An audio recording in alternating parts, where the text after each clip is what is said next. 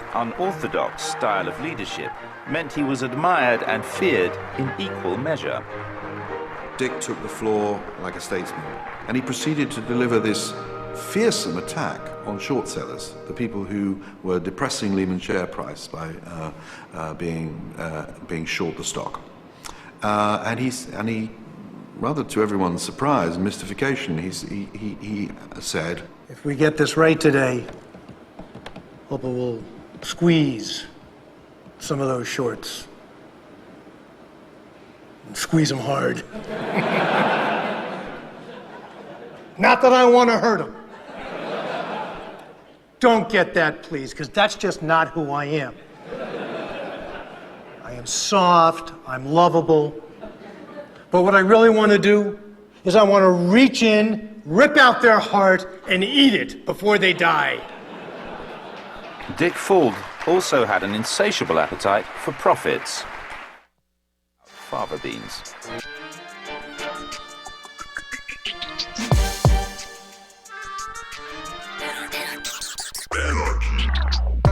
Welcome to the Michael Brooks Show. I'm Michael Brooks, and we are broadcasting live from downtown Brooklyn, USA, where left is best, as it is everywhere else, with super producer Matt Leck. Hello.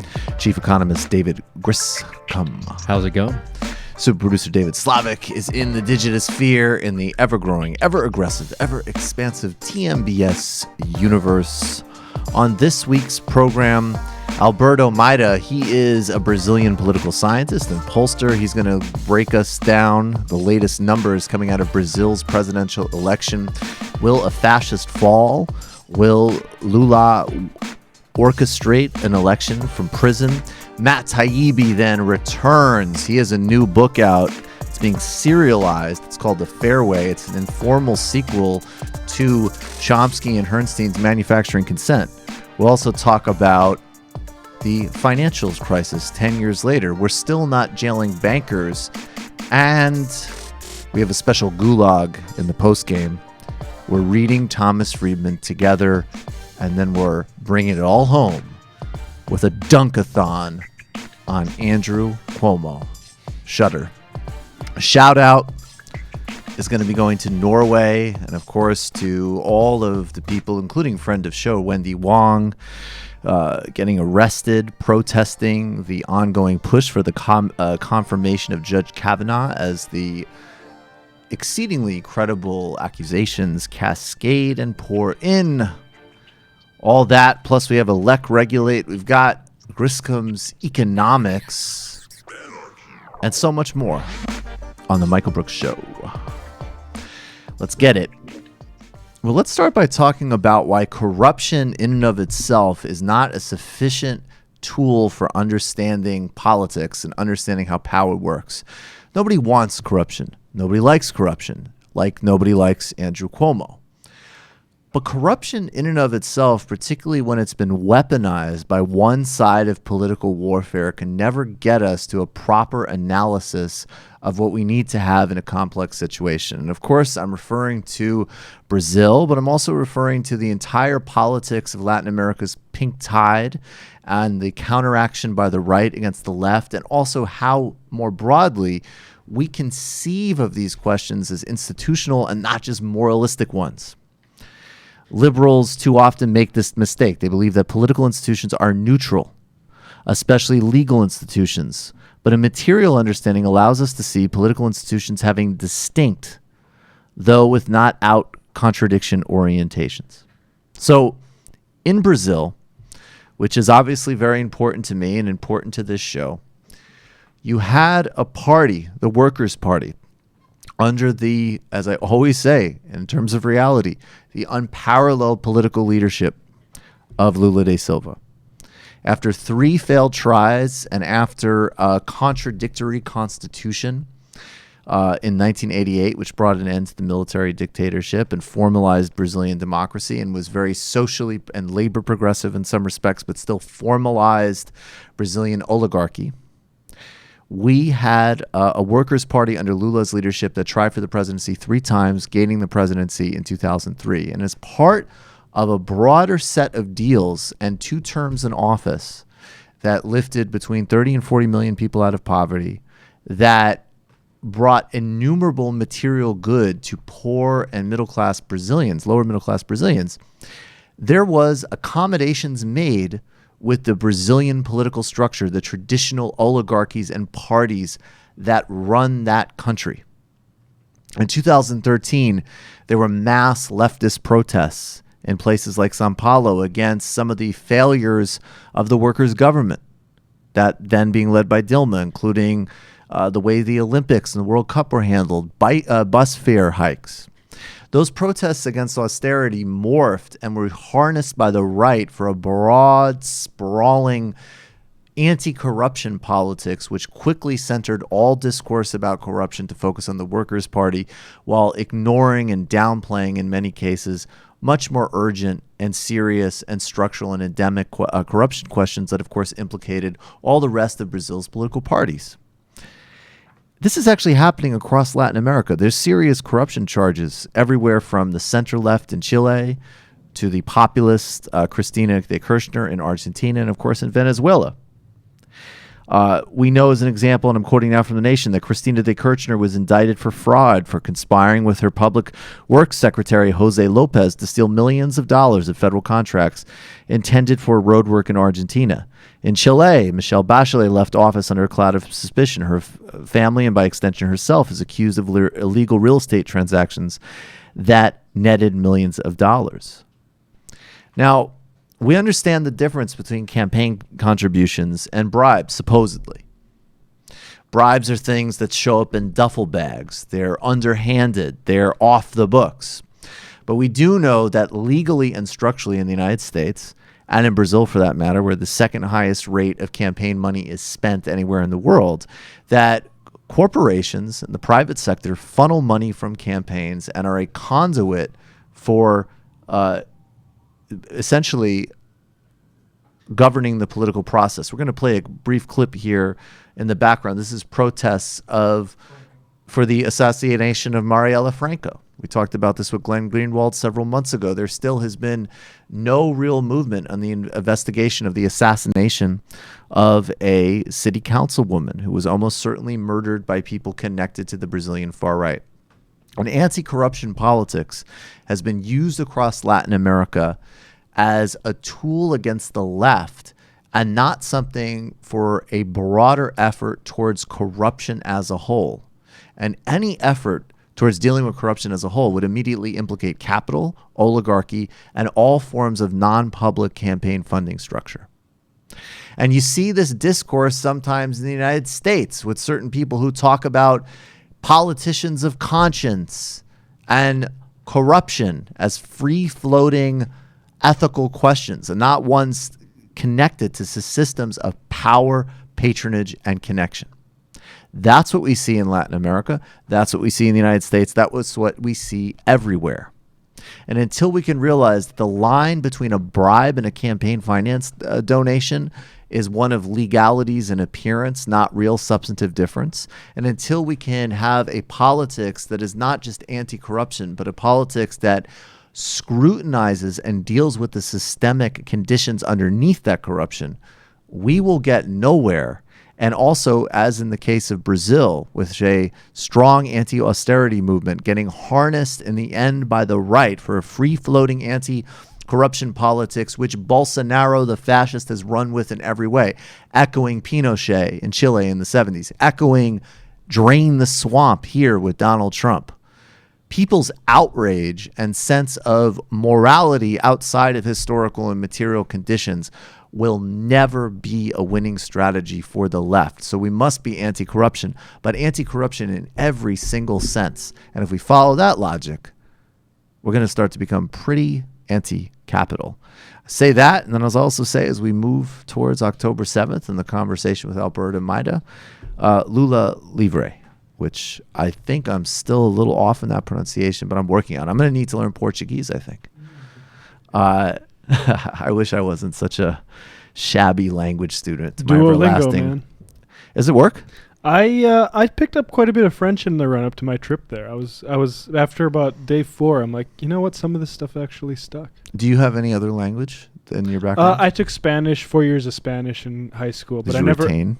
Well, I never really went to a place to actually use it. And I feel like you almost need to do that to cement it. But Yeah, I'm a bad language student, but when I was in Turkey for a while, I did start speaking some Turkish. I mean, yeah. You do got to go. Yeah. But that's good to know about Duolingo. Griscom. Yeah, I had a Spanish teacher in South Carolina. That's why I can't speak Spanish. They had a very thick Southern accent. And Could so you do an impression of that, They'd please? be like, "Cómo estás?" So it's completely. That's awesome. My Spanish is completely useless in practice, but I look at when you look at what's been going on in South and Central America with the question of corruption. Yes. It's been used in such a venomous way where it's like, I don't think any of us are denying that there are aspects and there are things that are corrupt within those like political systems there. But what that's being used for is as a shield for the right wing and the military and like the old power structures to come back into power. And that's the wrong thing. And that's exactly what Donald Trump was doing in the U.S., where you have, in D.C., a system that is fairly corrupt, is very much run by, major banks and major corporations. And Trump comes in and says, we're going to come after this corrupt establishment. Well, to do what? To serve those old vested interests. So when somebody talks about, a corruption, anti-corruption regime, you really have to look at what they mean by that, because oftentimes it's a targeted, political attack on certain groups. Right. And I think also the other really important thing to understand is the difference between the corruption. Like, if you want your party to run Brazil, you're going to make deals with certain groups. Actually, in today's conditions are changing. So now if Workers' Party gets back into power, they're going to need to have a ever-present mobilized base or be permanently threatened by the traditional power structure. But that being said, you also can't make it a moral question, because again, of course there's some people that are just venile and corrupt and they go into politics to enrich themselves or whatever, and that happens across the political spectrum. But there's also understanding the structural accommodations that one might make to get into a position of power, and those deals that you need to get there. And then the question becomes, well, wait a second, if all of these parties are involved in something that's just endemic in the system and has to do with intrinsically by right-leaning reactionary forces, then we can start asking, well, isn't different types of corruption leading to pretty different outcomes? And we're not condoning any of it, but we're already making a big distinction versus this just metaphysical, meaningless category of corruption. We're making smart distinctions, and that's just necessary always. It makes me think of Ezra Klein tweeted out that we're not in a constitutional crisis unless Paul Ryan and Mitch McConnell allow it to be one, which is another way of saying, like, we're in a constitutional crisis. Yeah, so we are. And we've basically been in one. Right. You can place it wherever early peg you want, but I think the Bill Clinton stuff in the 90s as a sort of like these are like, this is a split in the ruling classes being exercised through lawfare, basically. Exactly. And that's lawfare across stuff Latin America is super, like, here. that's something I feel like it's hard to know about because it's so obscure by nature and that sort of thing. But it does, like, I'm reminded of reading about the French Revolution and how big of a part lawyers were in that. And it does seem like we're in a similarly sclerotic and decadent phase in society. I don't think there's any question about that. But let's go to the opposite of sclerotic and decadent and go to the shout out for a minute. Do we have our... And we're back. Shout out music? I don't want to get greedy, but if Danarchy could give us a shout out beat, that would be ill. Top of the line professionalism. Let's get to the shout out. Shout out. Creepy. Shout out. Weird. I think that's creepy. It's incredible. Shout out. You fading us out early? Okay, that's fair. Shout out goes to something that should be happening globally. It isn't, and maybe it's even too small of a step, but it is something in the right direction. The Norwegian Parliament has voted to ban deforestation. Norway, I'm quoting now from EcoWatch, Norway has become the first country to ban deforestation. The Norwegian parliament pledged on May 26th that the government's public procurement policy will be deforestation free. Any product that contributes to deforestation will not be used in the Scandinavian country. The pledge was recommended by Norwegian Parliament's Standing Committee on Energy and Environment as part of an action plan on nature diversity. Rainforest Foundation Norway was the main lobbying power behind this recommendation and has worked for years to bring the pledge into existence. This is an important victory on the fight to protect the rainforest. Niels Herman Ranneman, head of policy and campaign at the Rainforest Foundation Norway, said in a statement, over the last few years, a number of companies have committed to cease the procurement of goods that can be linked to deforestation of the rainforest. Until now, this has not been matched by similar commitments from governments. Thus, it's highly positive that the Norwegian state is following suit. So, a small but vital step in the preservation of the global commons and in the future viability of life and ecology on planet Earth. And this week's TMBS shout out. We are obviously close to the end of September.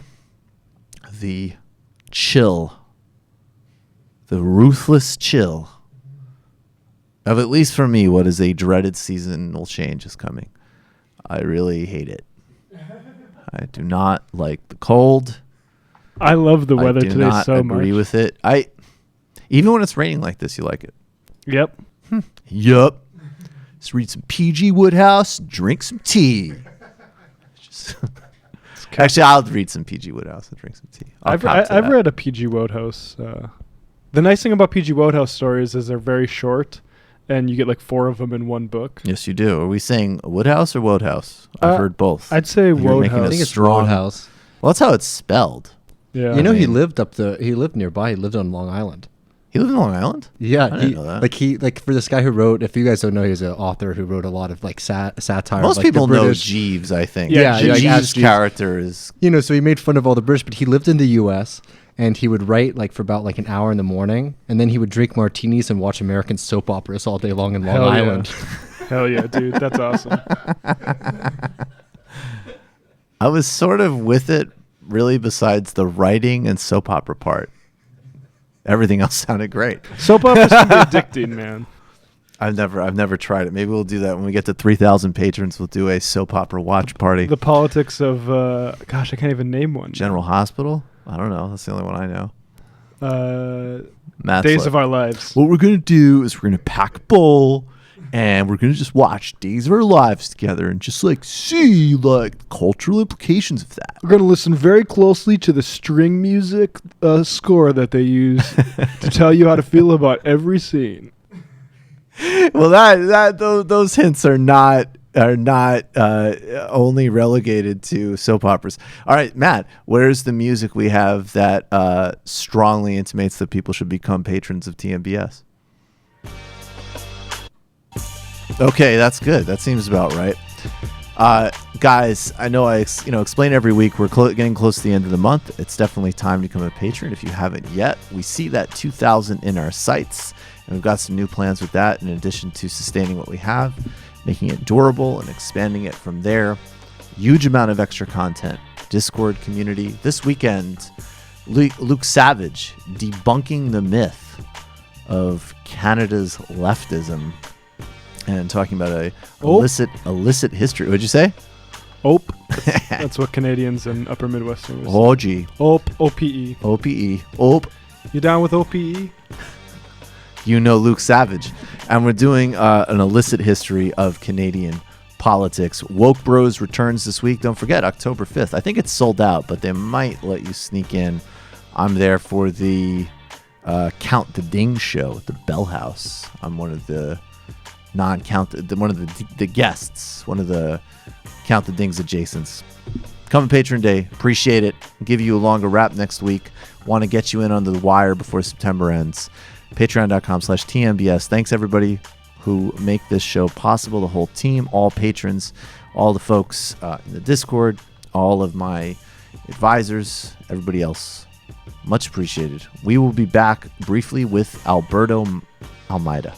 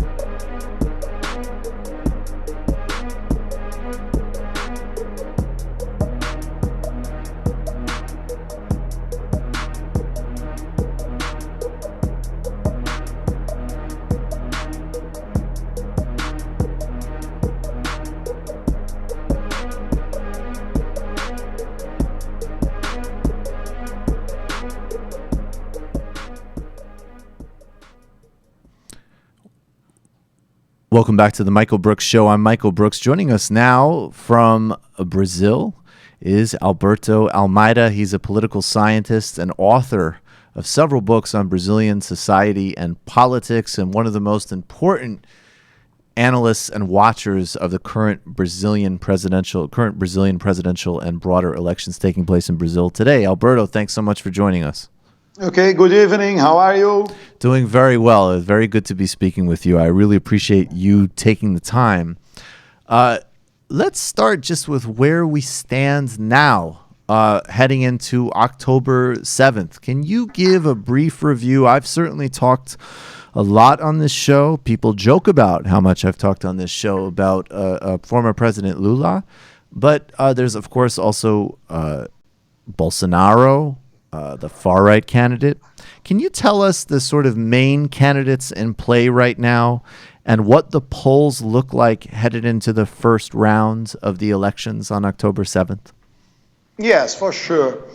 Look, at the moment, there are two main candidates disputing the first place on the polls. The far-right candidate, Bolsonaro, he has a very weak political party. It's very surprising his position in this election. There is the candidate of the parties, the worker parties, the PT, which is the former mayor of São Paulo, indicated by Lula. And there are other three candidates. They have more than 5% of votes. One is Marina from the former Green Party. She has her own party at this moment. This is her third presidential election. And, at this moment, her performance is much worse than in the former two elections that she ran for. There is Ciro Gomes, who was, a long time ago, he was governor of Ceará, a not very big state from the northeast of Brazil. He was a successful government long ago, in the beginning of this century. He was a very successful governor. But, his performance now, it's not good. He had the idea that he would be able to get the left-wing vote. But PT is very strong. It's very hard to take PT's vote. And the other candidate, this is the most surprising one, is the former governor of São Paulo state, which is the biggest state in Brazil, the one which has the greater GDP and population, 23% of the Brazilian electorate. PSDB used to be the main rival of PT in all elections. If I take the last 6 presidential elections, 1994, 1998, the two that PSDB won with Cardoso, and the next 4 elections, all of them, they were won by PT. In all those elections, PT and PSDB were either the first or the second place in the election. The runoff, we had 4 runoffs in Brazil. All of them, they were PT against PSDB. So it's very surprising at this moment that PSDB has such a bad performance in the presidential election. Is that just briefly? And as that candidate is I just want to get the name straight for everybody because there's so many. So Fernando Haddad is the PT candidate. He's Lula's. Fernando Haddad, yes. Marina de Silva, is that her name, or Marina Silva? Marina. Are you still there? Oh, I don't know what happened. Alberto, are you there? Sorry, guys. I guess we'll just call him right back. Nope, not giving you 5 stars. Yeah, I know. I was telling Skype I'm not going to give it a high review for that call. It's okay. Everybody can hear that. But hopefully Alberto will come right back on. I don't know what happened. Alberto, are you there? Alberto? I guess, Alberto, we dropped. Alberto? Hello? Hello, I guess we dropped. Are you there? 1 second. Okay. Is it okay now? Yes, it's perfect now. So I was going to ask, I believe the candidate you're talking about is it Alckmin? Is he underperforming so much though because he is the types of I guess we'd say like the austerity policy, the neoliberal policy that he advocates is closely associated with the current president, Michel Temer, who, if I understand correctly, is one of the least popular presidents in the world. Yes, look, I usually say that the most important, how would I say, the actor of this election is the impeachment of Dilma Rousseff. Yes. 2 years ago. If you take the polls from that year, 2016, 2015, the electorate wanted to vote, would give the victory, the winner would be the opposition candidate at that moment. However, the opposition candidate at that moment was Geraldo Alckmin and PSDB. The electorate is coherent. After the impeachment, after Dilma Rousseff was impeached, the electorate kept voting for the opposition. However, the name of the opposition has changed from PSDB Alckmin to PT Lula. This was the whole point. The impeachment changed totally the game. The impeachment put PT again inside the game. So how about also the imprisonment of Lula, and how has it surprised people that, first of all, my understanding is that Lula's popularity is actually going up. This is my two parts of this. One is Lula's popularity is going up, and one reason I've heard suggested is that it's because as the economic crisis continues in Brazil, people are remembering that it was sort of, good times under him. And then and number two, what has been the role of, there's the impeachment and then there's the imprisonment. I mean, is that sort of these non-electoral means to try to destroy PT, is that really what we're seeing backfire right now in Haddad growing in the polls? Yes, because the whole narrative of PT, the whole history PT tells, now all of them, all chapter of this history makes sense. They say, PT now says that Dilma was impeached because he was very much in favor of poor people, and then Lula was imprisoned because of that also. And the Brazilian elite, or at least some part of the Brazilian elite, they want to put PT off the election somehow in this way, let's say. And so this history makes sense totally, it makes sense politically speaking. And the whole point is that the current government in Brazil is doing a very bad job if you take job evaluation, presidential evaluation. This is why the electorate wants to vote for the opposition candidate or for the opposition political party. In this sense, the far-right guy is more opposition, much more opposition than, let's say, Geraldo Alckmin from PSDB. I would say, Michael, I have this book, I launched a book this year, and this book is both in English and Portuguese. I have this parallel.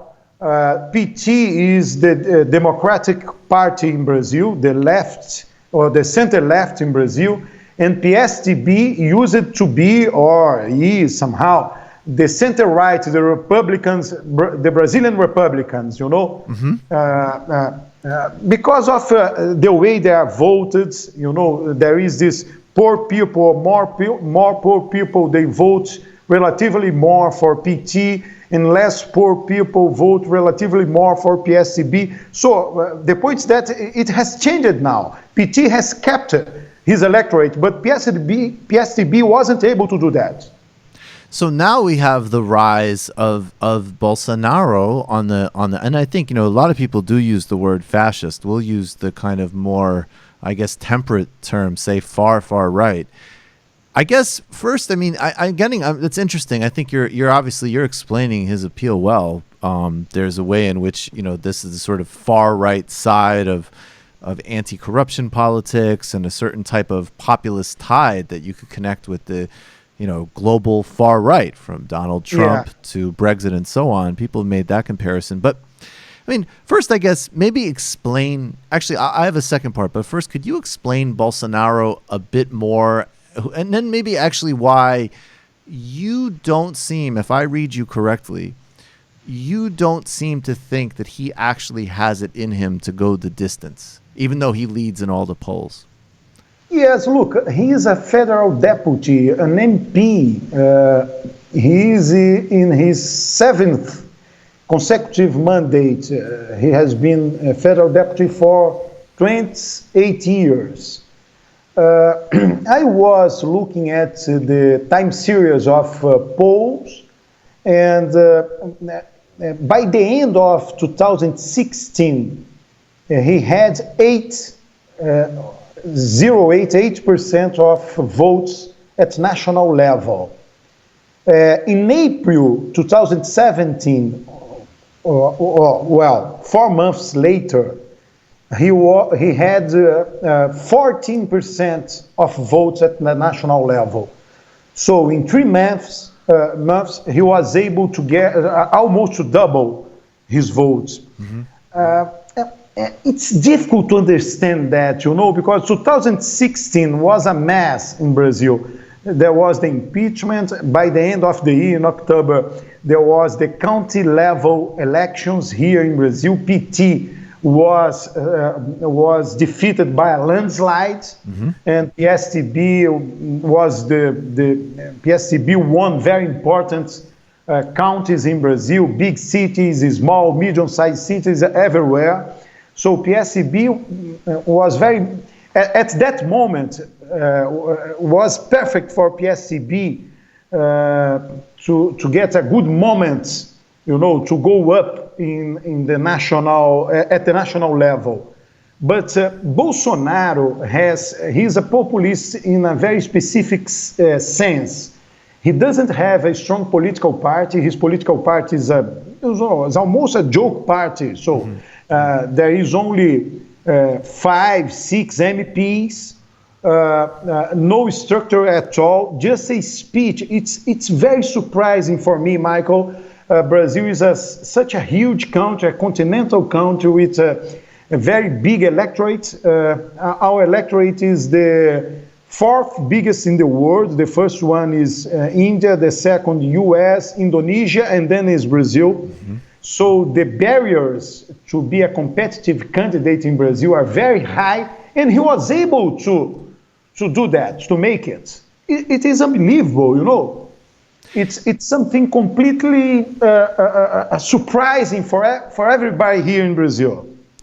So it's surprising, and it's, I would imagine, and again, I'll put my editorial, really disturbing. But you have been consistently predicting, if I read you right, and I want to know why you're predicting this, that and I obviously I hope you're right, but that Bolsonaro will continue in the lead, so that, and there's 2 rounds of voting in Brazil. So this first election on October 7th, unless one candidate hits 50%, they'll go to a second round. No candidate will hit 50%. No polls are predicting that. Maybe I think Lula was up in the upper 30s, I think, when he was being polled, but that even with him, it would have been unlikely. The second round will have 2 candidates. You're predicting it will be Haddad from PT, Workers' Party, and Bolsonaro, and then you think despite all of this, and then sort of coming full circle after the impeachment of Dilma, the imprisonment of Lula, this sort of the PT's own mistakes and self-inflicted wounds, and the relentless battle against it by the Brazilian elite, that Haddad will win. And then adding to the irony, and maybe also speaking to your numbers, this will be the 5th election that the PT wins a presidential race in, because they haven't actually lost any.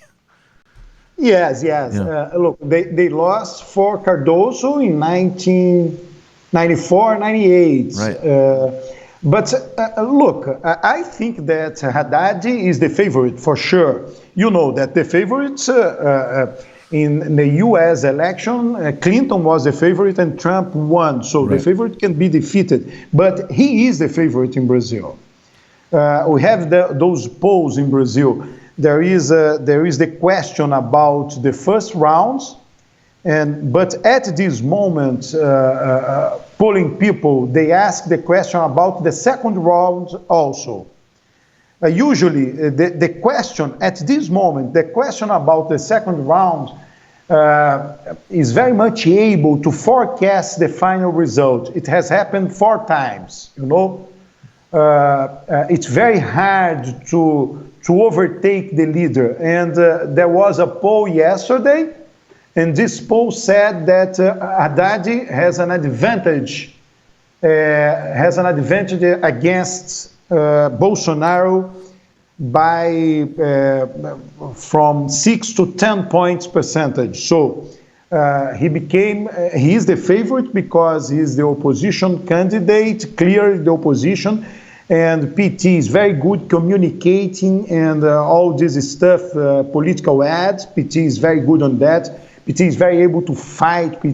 People from PT came from bottom up, so they are able to change disadvantaged situations, electoral disadvantaged situations. So they have this know-how. And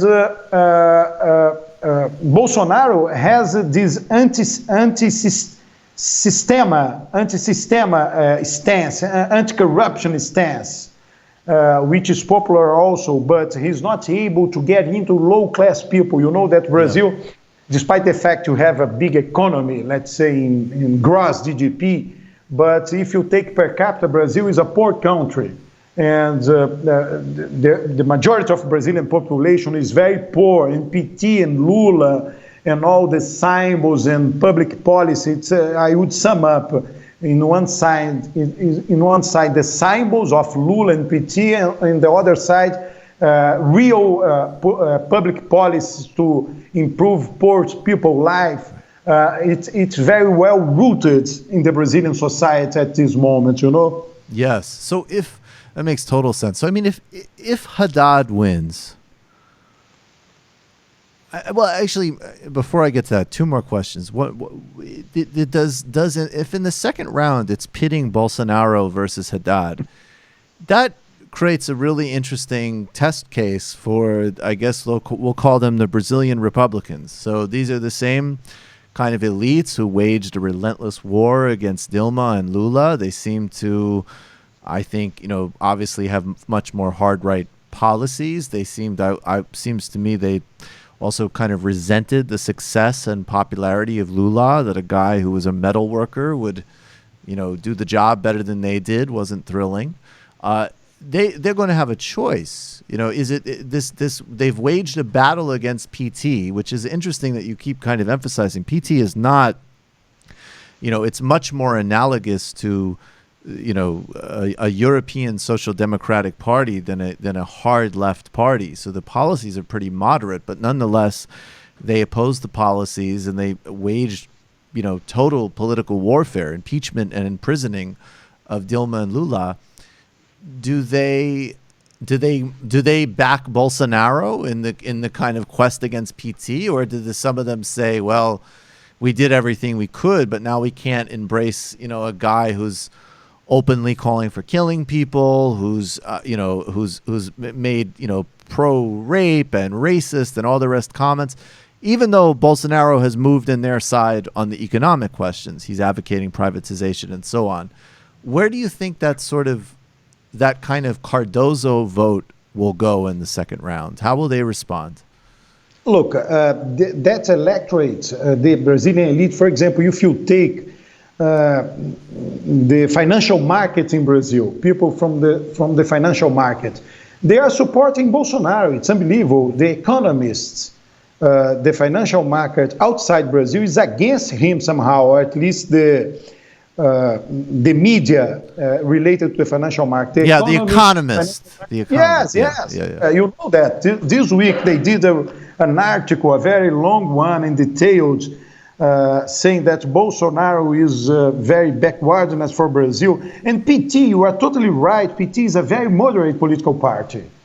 Is a center-left political party, which PT supports only. PT only supports very moderate public policy to improve poor people's life. Nothing more than that, you know. But the Brazilian elite, I would say that upper-class people in Brazil, they vote massively for Bolsonaro. Okay. Despite the fact Bolsonaro has a vice president in his ticket, which is a military guy, retired guy, military, and his speech, for example, in U.S. you have this gun debate, but it's much more rooted in the U.S. history to have guns, and it's related to colonization of U.S. and the whole idea of rights and property. In Brazil, it's not like that, you know. It's because of public safety, violence in Brazil. It's not rooted in our tradition. Right. I know that it's very debatable in U.S. Despite that, but anyway, somehow Bolsonaro has imported ideas from U.S. which are not well fit in Brazil, you know. Yeah, well, as I say, we hope not. And I'm very sorry for the export of those horrible ideas, and in Steve Bannon's case, horrible personality. Final question.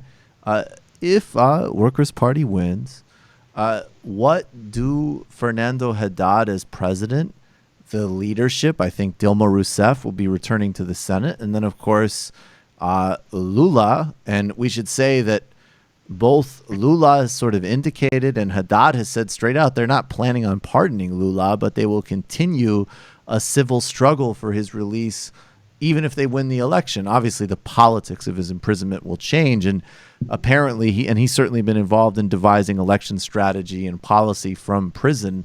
What does it look like, you think, if they win? What are the kind of moves that PT will set out to do? I think that the first move will be Haddad will be very moderate in the whole symbol he used, his speech, even the most important policies in one side. On the other side, if you take the imprisonment of Lula, and if you take two sides of his imprisonment, the law question, and the political issue. If Lula was in prison, politically speaking, because PT had to be blocked,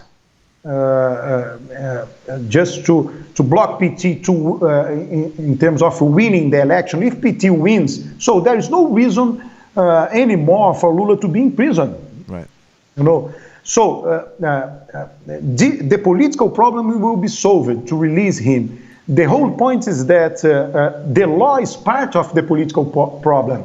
The Supreme Court in Brazil has to find out a solution for that, you know. And nobody knows how it's going to happen, because even in this sense, Lula is a very strong symbol in Brazil. If it's not well thought, you know, well done. If he's released in a way not very well done in terms of law considerations, you know, the whole strife in Brazil will be even worse after that. So it's a very sensitive topic because of that, you know. Politically, there will be no reason anymore if PT wins for Lula to be there, But in terms of the courts, they have to solve this problem in a very smooth way, Yep. It makes perfect sense. Alberto Almeida, I hope you'll come back again before the second round. Invite me again. Yeah. Oh, we absolutely will. So there we go. We already have it. You will come back and talk to us before the second round of voting. The links are in all of the descriptions, so everybody can follow you on Twitter. And do as I do. You just hit the translate function, and it's not perfect, but you get the information you need, and you inspire one to want to learn Portuguese. Alberto Almeida, thank you so much for joining us. Thanks a lot, Michael. I accept your invitation. We speak between the first and the second round. It was great to speak to you. Absolutely. Thank you. Alberto Almeida, everybody. That I really love getting on the ground like that in terms of like somebody who really, is doing it there, obviously. And I like his predictions. Got to signal boost the alternative media. Got to signal boost the global alternative media in true TMBS form. Speaking of true TMBS form, we got to get to the two fellas segments before Matt Taibbi gets in here. And I believe we are starting with Matt Leck, because David Griscom is requested to do his economic segment in front of Matt Taibbi. Oh, really? Okay, well, I'm just kidding. I feel totally messing with you. I feel afraid to use my theme music today because we're on copyright. Those fuckers.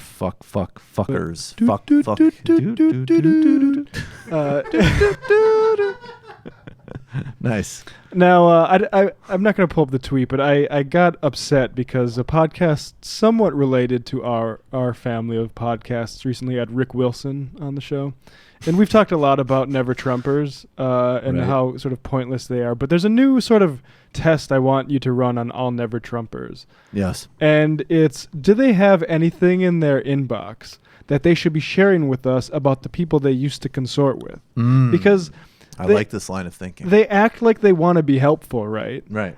Well, the most helpful thing Rick Wilson could do is go back to his time working for Rudolph Giuliani and give us some things that were said in, candidly. A little bit of Rudolph Giuliani, or maybe more to the point. And, like some of these guys, they're just media grifters, and they don't actually have much of a Rolodex anyway. But David Frum does. And Rick Wilson was a legit consultant, is what I'll say. He wasn't like somebody who said, I'm a Republican operative, and then you try to look, and you're like, oh, okay, you were like the deputy research ops for whatever. The guy is a real client list, made his living as a consultant. Yeah, and there's this thing when they come over to the resistance, like they make the demands, they can start, detailing how they think their resistance should be run. Right. And that should be a much different transaction. It should be, all right, fork over all of your emails, everything, because we are going to find what makes you useful. You are not going to tell us. You don't know what makes you exactly. useful. And you don't really want to be that useful. Right.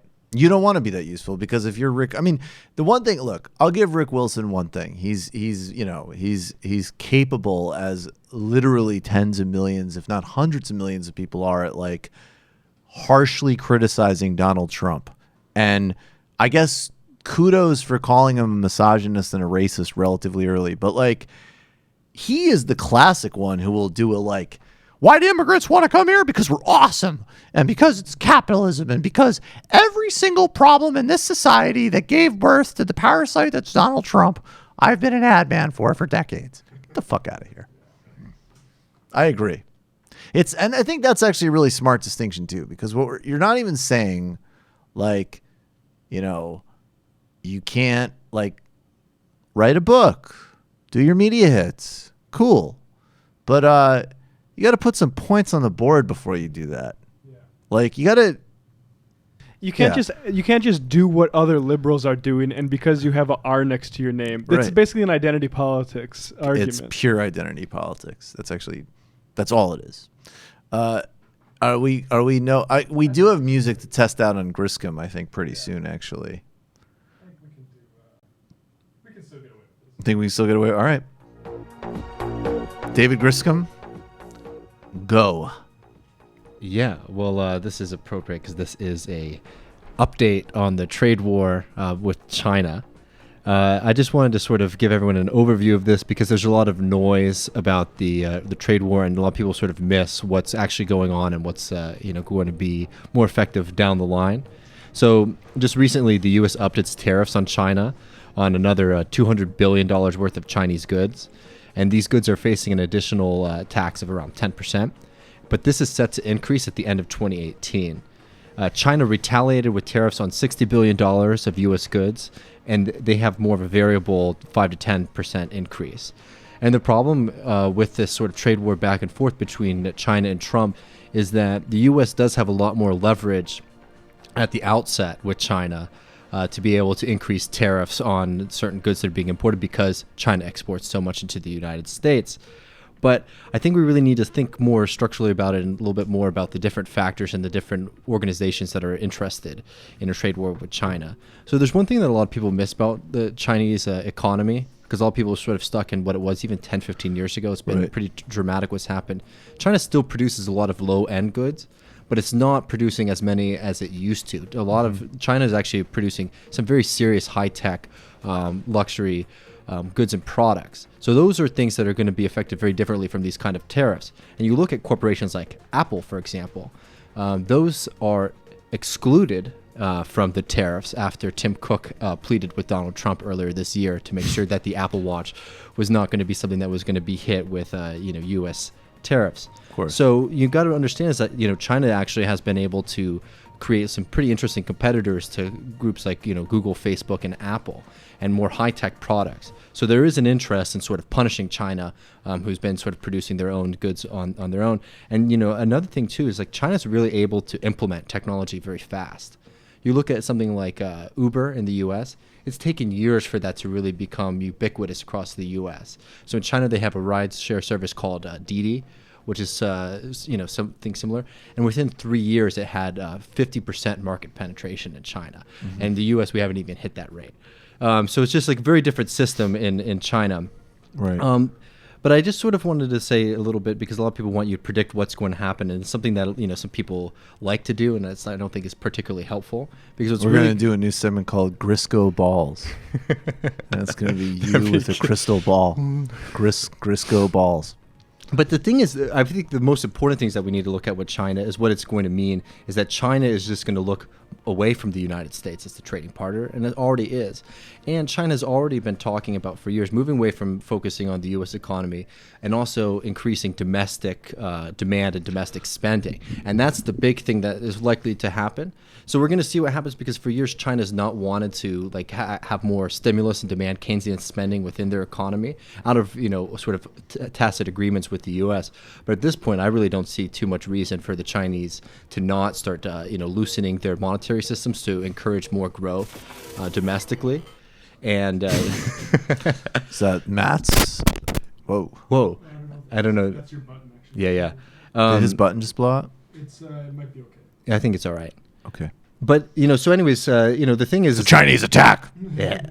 Anyways, the point is that what happens with this trade war. I don't want to make a prediction, but there is a very likely outcome where China just has a very resurgent economy domestically, and starts exporting their goods to the rest of the world without the United States. So China already doing that to some extent? Well, in they its are. Neighborhood. Yeah, they've been focusing on that, and also things like Belt Road Initiative have been. Well, that's the other thing, right? Is that China now is in its own pretty aggressive form of like neoclassical colonialism in Africa. Well, it's been moving into those markets, and the Right. thing is with the U.S. is that Trump's doing blowhard, and in the short term, Trump can get like these wins, because I guess the point I was trying to make at the beginning is that China can't hit back immediately on these things. Yeah. But what is very likely to happen is that China's going to be able to grow more power internationally, and the thing is that a lot of these consequences in the U.S. aren't going to hit until the spring.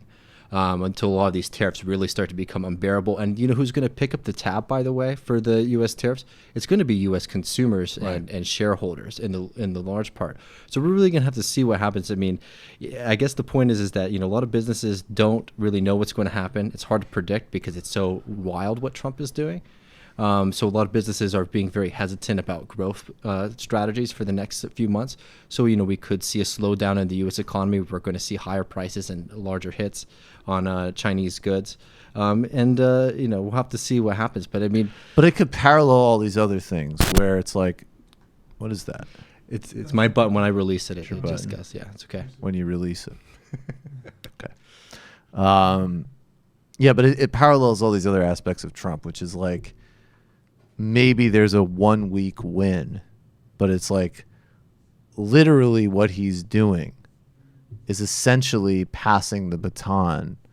Like he's basically just being like, all right, we have the UK passed the baton to the United States post World War II, and now in a just much more stupid and less planned way, he's just basically like setting China up, maybe like expediting their global. He's pushing them. Yeah, like their global strategy. They're like, oh, I guess we have to move this forward a couple of years because this fucking moron is literally, first of all, handing us the keys, and also acting so stupidly that like we still want some remnants of this system. Like we still want sea lanes for trade. We still want some sort of general areas of stability, and I guess we're just going to have to take them over. Yeah, and that being said, a lot of people are having a hard time in China, specifically from what I've been reading. Chinese officials have been having a very difficult time being able to predict what Trump is doing. Not that he's like, master tactician, but it's one of those things where it just seems like, is he really doing this? That you start thinking that you're playing, five. Well, like somebody like huffing glue on the street. You don't know what they'll do. It doesn't mean. But it's funny. If you're if you're making policy in a place like China, I would say you have to have at least one strategy. Like you have to have one paper, which is like that blowhard Steve Bannon is telling the truth, and Trump is a strategist. You have to have like the 1% chance that that's what's happening. Even though that's almost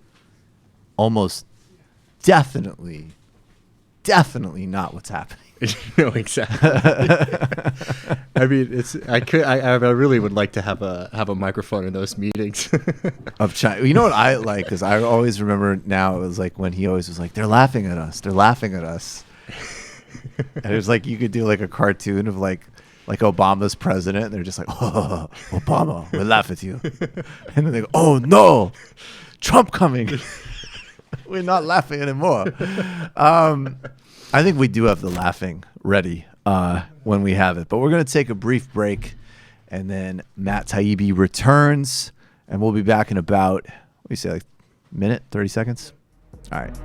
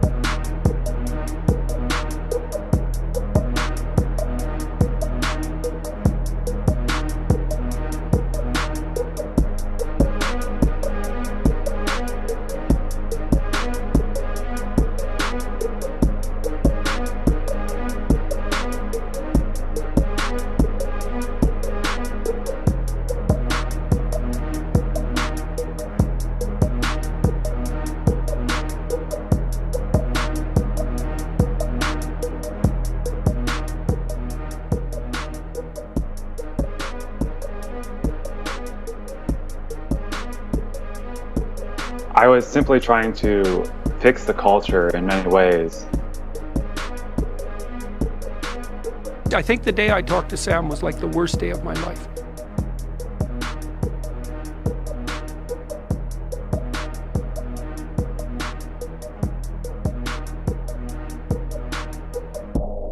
I worked for him, yes, I was a politically commissioned officer. We came out of the Mar-a-Lago summit with very high hopes. You have a wonderful day, bro, and I'll see you again soon. Get those white guys, get them, get them. And you're not just, I don't think I'm getting across the logic of it.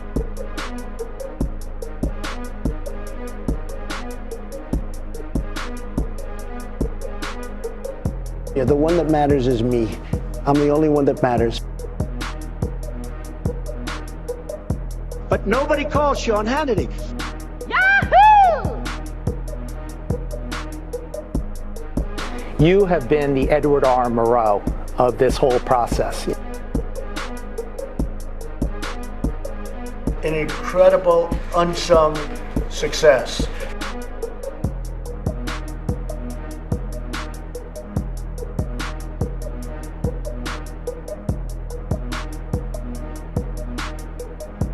And what is Aleppo? Please don't try to talk over me, which is what liberals do. It's working, and it's very exciting. That story is complete garbage. So I say vote third party, no matter what, no matter where you are. I don't care if you're in a swing state. This is so deep. It's a deep state. That's a fucking good point. Just make sure you do it well and you do it with passion.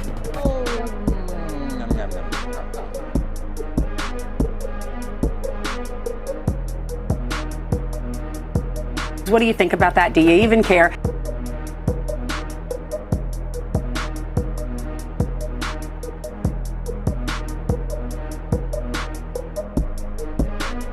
Hello, this is Mitt Romney.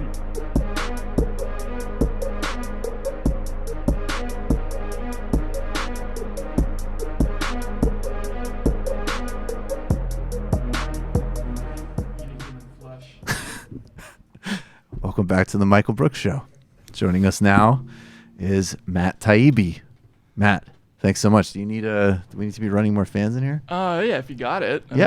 Turn on the fan. That's cool. What's it like out there now? What's it like out there now? Is it hot? It's raining like hell out there. It's raining like hell. Yeah. But Jesus. That's okay. Matt Taibbi, Rolling Stone magazine, new book coming out, The Fairway. Will you explain how people get that, Matt? Yeah, you have to go to taibbi.substack.com. It's sort of my subscriber site, and you get access to my new thing is I'm serializing books online. So I co-wrote a book with a drug dealer called The Business Secrets of Drug Dealing. That's on there. So if you subscribe, you get that. I will. That basically, that's about that's about a fourth of my reading habits right there. So, yes. And I figured I'd follow that up by doing something I've been wanting to do for like 10 years now, which is sort of like a sequel to Manufacturing Consent. So the classic Chomsky book about the media. Right. Having grown up in the media, that book blew my mind when I was really young, and but I think a lot has sort of changed in the media landscape. So I wanted to sort of take a whack at what does the model look like now, and I actually went out and talked to Chomsky about it, and had a sit down with him in an interview, and so that's going to be the next big project, and I'm just starting that now. And I read the introduction, and no, it's really interesting to read it, because in some ways, like, and because even by the time, I don't remember when I read Manufacturing Consent, but I read it already when it was like part of this is dated. Like, it still makes total sense, but like they're writing this Rush Limbaugh doesn't exist, and Fox News doesn't exist, and all this There's other... like 5 TV channels. There isn't, right. And you're sort of like the guys in the gray suits saying, like, we need to be measured about our approach to killing nuns in Nicaragua. And, exactly. Right? And yeah. now it's like, maybe we should. Maybe if they weren't communists. Yeah, no, I mean, his core idea is still true, right? Which is this idea that, people in America have this illusion that we have a propaganda-free society because we see this sort of vibrant-looking debate going on in the media all the time. But what people don't grasp is that, kind of the parameters of that discussion have been narrowed artificially, and that's kind of the operating metaphor of what I'm talking about with the fairway in the book. Is that you got to land your thought on the fairway in the media. It's got to be between two pretty distinct poles. in order to get on the air, and people they just don't see those borders. That's the idea. But a lot has changed as well since he wrote that book, and especially with the idea of, with the internet and the whole concept of feeding people news that they agree with in an individualized way that didn't exist back in when Chomsky did this. In the way where it's like whatever your micro prejudice. Right. Yeah. Anything. Exactly. Yeah. That one. Got you. Yeah. Exactly. They seek you out and they find that. So that's new too. Well, it's funny. I was thinking of while I was reading it because it's like I go and do these I don't want to diss the places, but I'm not on CNN or whatever, but I go on like Al Jazeera sometimes or I-24 or these global whatever. And even there where I would say they probably are, and it's just true, I just don't really watch cable news. So I'm assuming that maybe those places are a bit more, I see some of the segments they do. There certainly Al Jazeera is more rigorous, more intellectual. But it's like if you do like a 4-minute hit, especially if you're paired up against somebody, it's so hard, even if you don't particularly care if you ever get invited back on. Right. You don't have an agenda for any party or consulting firm that you need to peddle, but it's just like, even just by being polite, it's like, all right, well, that's the parameters of the question. It's not my style. Maybe I'm wrong, but I'm not the one to be like, well, you know what? Like, that's not real. Exactly. Here's this really happening, man. Right. You just find yourself being like, well, I think Republicans need to think about this because, yeah. That's just literally the way it's set up. Thoughtfulness doesn't really fit the format for the most part. We like things to be really clear. We like the classic setup is Crossfire, right? It's like one person on one side, one person on the other side. We know who we're rooting for. They're yelling and screaming at each other. Like there's anything that's not that, people just can't compute, Yeah. And I think that's an increasing problem with our media landscape, is this idea that there's this whole other universe of opinions and beliefs that are just kind of, they don't fit in that, and where are they, and are they like out ahead or are they before and behind? Like probably both. Is it like, hey, there's a lot of really important, talk about how he designed the economy and having an empire, and then it's like, yeah. And then there's all this other shit that's just flooding at us now, right? Like, it's like it's like Chomsky's out, but so's Alex Jones. Right. Right. And now it's like, all right, well, just everything except, but now it's just in your phone. Mm-hmm. Yeah, exactly. Yeah. And it's individually delivered to you. And now you can't even really choose to turn off the news. Like now your phone literally beeps at you when it's got an alert. People get addicted to, like literally addicted to the dopamine rush of seeing a news clip. And, we've learned to train media consumers, basically in the same way that tobacco companies train their customer base. We get them addicted to the product, and then after that, it's just a question of marketing and herding them in, and keeping them in the pen.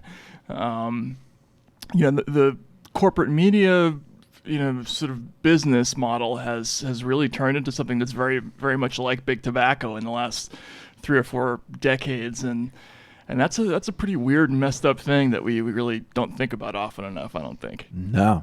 Yeah. No, I mean, I've heard that's really interesting. I remember I went to I used to do like sort of like, not in any super in-depth way, but in my 20s when I was just sort of bouncing around and doing various things, I did some stuff like more like in the brand strategy kind of space, they would call it. Everything's space. The space. I was in that space. That. Yeah. I was in the brand strategy I'm in the brand strategy space. Yeah.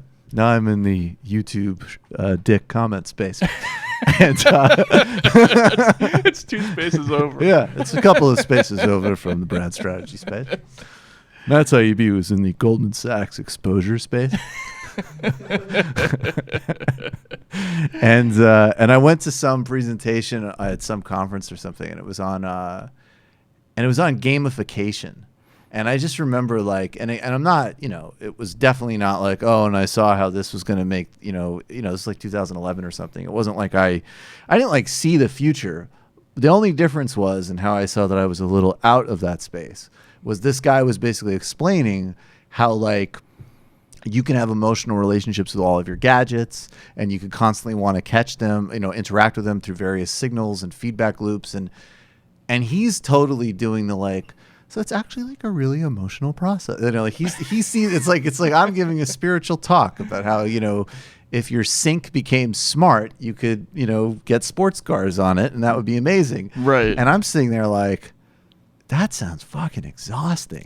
Like that was just I didn't see ahead. It was none of that, but I did have at least some like, why is everybody smiling at this? Like right. I find my early version of the iPhone at that point, all the shit that I needed to keep track of then with not nearly as much to do, exhausting. Right. And they're just like stoked. Yeah, exactly. Yeah. 100% going for it. Yeah. Yeah. No, it's freaky. It's freaky. The whole, atomization of the media landscape, and and I think if people in the business, and again I grew up in the media, my dad was a reporter, my earliest memories are from this world. The way that the job has changed over the years, we used to just when I first started, we didn't really think about retaining audience share or anything like that. There was this really kind of sort of sub-intellectual concept of what is and what isn't a good story, and we just sort of promiscuously went after anything that sounded interesting. Now you consciously think when you do any kind of, produce any kind of content, you put it out there, you think about, am I going to lose this demographic by making this comment? And people very, very carefully tailor what they say, what they report, and what topics they choose to cover. The stations do that. The lineups of the topics they choose to take on, as opposed to what they choose not to take on.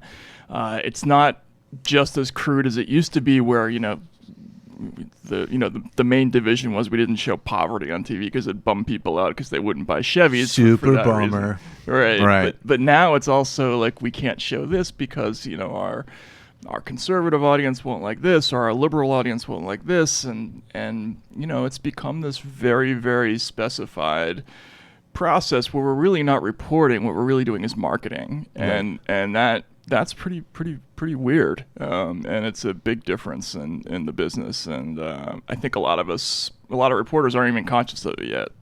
Yeah. And you also talk about their concept of flack and how that shows up. Right. Which is super interesting. Yeah, I mean, Chomsky's whole take on that was in the old sort of 1988, arena with the media, or pre-1988, if you stepped outside the confines of what, the sort of typical anti-communist religion, right? You'd get letters from think tanks, you'd get sort of artificially generated AstroTurf campaigns against your TV report, and then that would trickle down to you, the reporter, and you would learn, sort of almost like a dog does, like not to do that next time, right? And it just becomes internalized. But now it's not that complicated. Now it's instant. You do something that falls outside the line of your demographic, and it's Twitter and Instagram, and a gazillion people are on you in a second, and there are even paid trolls who do that. And that whole part of his theory, I think, is very true, and probably even more so than it was back in '88. It's just been amplified. I did think of your financial coverage with the anti-communism stuff, and we'll pivot to that in a second, because I do think, obviously, I'm a materialist, so I think that mostly it's just like, power begets power, money begets money.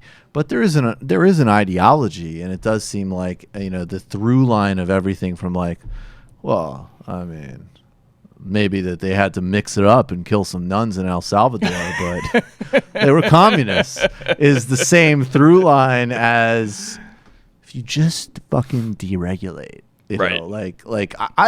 I remember really becoming aware of politics like the late 90s, right?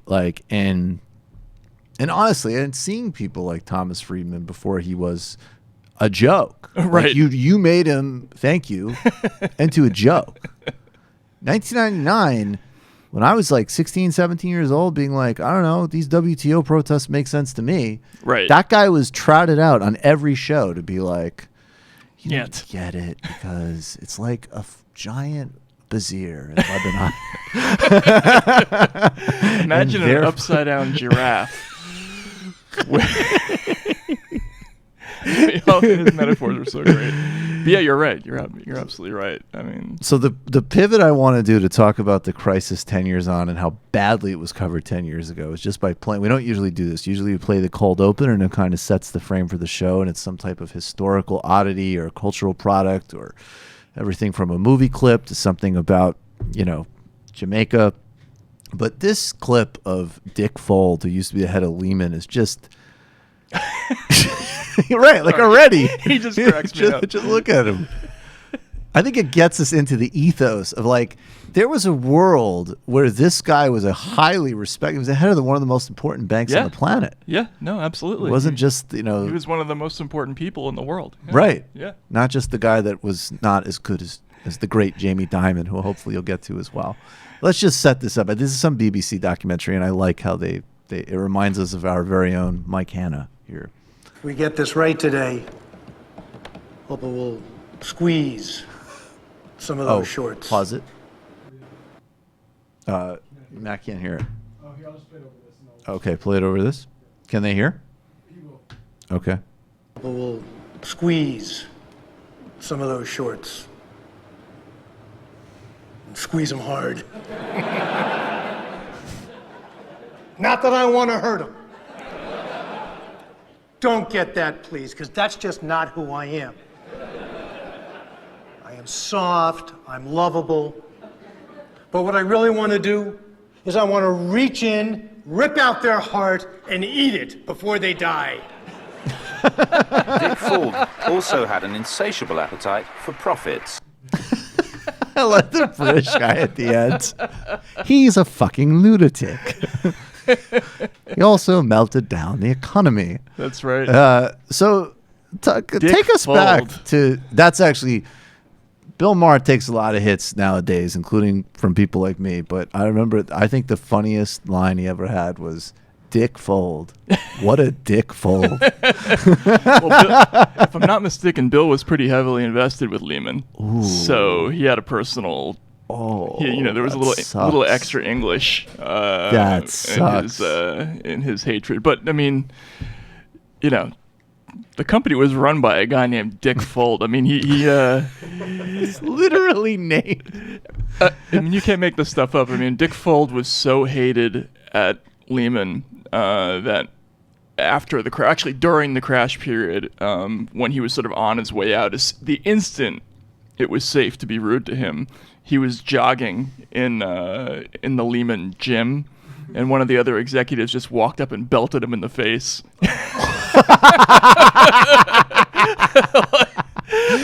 I like how they skipped it. I like how you said be rude. So I was like, oh, some guy said, hey, fuck you, Dick. You're like, oh, skip all of that. Wasn't even that. Forced politeness, breaking his jaw. I mean, he was so hated that I'm trying to remember who it was, but I think it was because in the last week and a half of Lehman's existence, Fold was basically running around trying to sell his bank to everybody in the world, and sort of effusively lying about how fucked up the portfolio of the bank was, and so he tried to sell to Bank of America, and I'm trying to remember who the CEO was at the time, but the guy ended up having his wife call Fold back. He literally he let Dick Fold go to voicemail, and then had his wife call him back and be like, no, we're not going to buy your company. Like, that's how much they hated the guy. Is that Ken Lewis? Ken Lewis? Yes, exactly. I had no idea Ken Lewis was so good at cucking people. That's impressive. It was hilarious. Yeah, and of course, they left him out of the bailout process, and he was the only one who didn't get bailed out. So that was man. Yeah. Well, if you don't have and he was James Woods played him. Yes. In the HBO.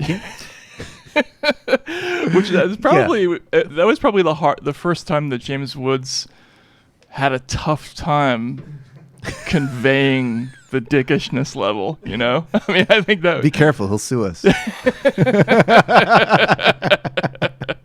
I've seen how that guy does on Twitter. Wait, what is that? Oh, God. Here we go. Oh, yeah, here he goes. Yeah. All right, tee off on this. It's snaking my deal. I cannot fucking believe this shit. What is he saying? I don't know. Play it again. The federal government, it's snaking my deal. I cannot fucking believe this shit. The federal government. Wait. He's still. Matt still can't hear. Oh, we can't hear. Oh. Yeah. Play it. We'll fix that before the post game, but play that. Sorry for everybody hearing this one more time. It's good though. It's funny. The federal government, it's snaking my deal. I cannot fucking believe this shit. You know what I love is that that's not even that old, and it already feels like so dated. Yeah, exactly. Like, it seems like some like HBO. It's like the entourage of finance movies. That's pretty funny. That's probably just about right too. But talk about because that's Too Big to Fail, and Too Big to Fail used as an example of just how fucked up the press was on, like, talking about, first of all, how they explain the financial crisis, and then how they basically, I guess, for Dick Fold, everybody else is like kind of deified in that movie. Right. Yeah. I mean, so it's Andrew Ross Sorkin, from the Times, who ends up running this thing called Deal Book at the New York Times, which was heavily sponsored by all these banks, right? So he's effectively a spokesman for these people, and the version of history that they cooked up. And I think what was interesting for people is that most people just didn't know that this event happened, but on the weekend of I guess it was the 13th and 14th of September, there was this massive meeting at the New York Fed where you had everybody, all the CEOs from all the big banks except for Dick Fold, who was conspicuously disinvited. It's like the only thing that you're ever going to tell me that actually makes I sort of like these guys. I was like, wait, did Blankfein and Diamond exclude Fold again? That's kind of cool. No, they do have a little bit of a sense of humor. It's very reptilian, but it's good. I appreciate it. It's very reptilian, but it's works good. On a primal level. Though. Yeah, exactly. Dick Fold's not invited. When you read all their emails back and forth to each other, you will laugh occasionally. So, but they had this huge meeting, and America didn't know about this, but essentially we were this close. Monday was coming, and all of these banks were going to not be able to open their doors. They were not going to be able to give credit to their customers. So there were all these companies that weren't going to be able to make payroll, the whole gears of the international economy were going to grind to a halt that Monday morning, right? Unless these people came up with a solution that would paper over the problem of AIG and Lehman Brothers going out of business. And so you had this gigantic, you ever see Michael Clayton, the merger scene where everybody's running back and forth? Yes, I have seen. That's also one of Matt's favorite movies. Right? Great movie, right? Matt's really Michael Clayton's. No, I like the movie. There's just a guy that had the poster in college, and I thought it was weird. That's all. That is. Thank you. That was what I was looking for. He had the poster in college? Yeah, I just thought he was a bit too into. No, that's a weird guy. It's a weird movie to be that invested. I know exactly the type of kid you're talking about, though. What was he trying to say about himself, do you think? That's the thing. He had a certain sense of refinement. I feel like that's what he was trying to say about himself. You're supposed to ask yourself what he's trying to say about himself. I mean, that's something that somebody my age would do. You know what I mean? Maybe he was saying that he had a certain amount of he thinks of himself as a corporate 55-year-old George Clooney already. A world weary, right? Yeah, but well paid. Yeah. Sure, all hands in the midterm. Weather beaten cynicism. Yeah. So anyway, they basically had imagine a Costco-sized version of that Michael Clayton scene, right? Where there were just hundreds and actually thousands of bankers and bean counters are trying to basically value the assets at AIG and Lehman Brothers and trying to figure out how they were going to patch that hole. And the deal they ended up coming up with was like hugely self-serving. What they really ended up doing basically was committing all of us forever to backstopping all of these. I was going to fucking spitball this, but yeah, exactly. Let's try this. Like everybody on the hook for everything. And that's exactly what they did. Except for Dick Falls, he's gonna get fired. Right. All right, cool, good, sounds good.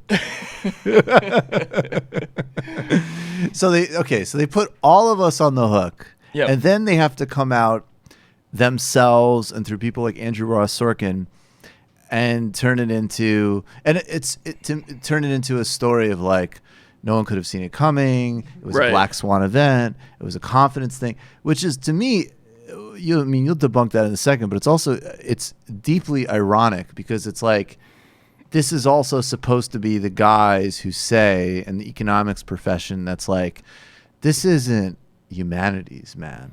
Like, this is science. Yeah. Like, we know that you can't regulate things in a certain way. We know that you can't, oh no, if you put a surcharge on billionaires to vaccinate kids, well, no phones for you. Like, goodbye to indoor plumbing because you fucked up the science. And then all of a sudden they're like, it's like what happened is that, like, people just didn't feel it.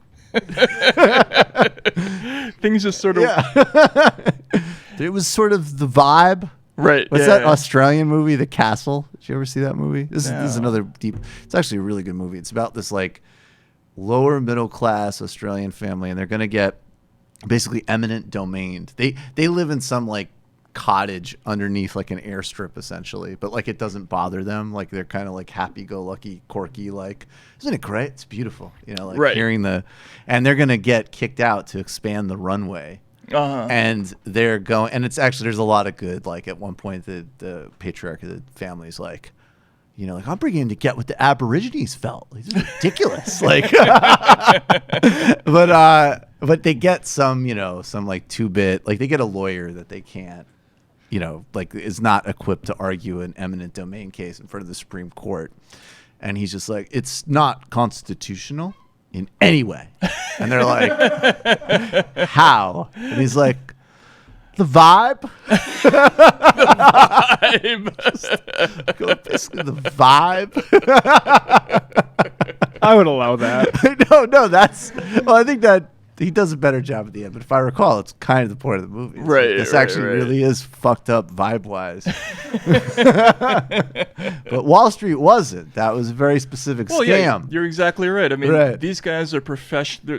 Their whole raison d'etre, right, is they're experts at predicting risk, right? Like their whole the only reason they're supposed to be paid more than anybody else is because they're supposed to be good at forecasting events like this, right? And beyond that, preparing for the unexpected, right? Like that's their entire value add, is protecting us and our money from unexpected events. And here they come, and they have this closed door meeting at the Fed, and they basically come out of it and end up basically going to Congress and saying, we need like everything, all your money, forever, and otherwise the world is going to end in 10 minutes, and we didn't see it coming. And as a result of that deal, which everybody capitulated to,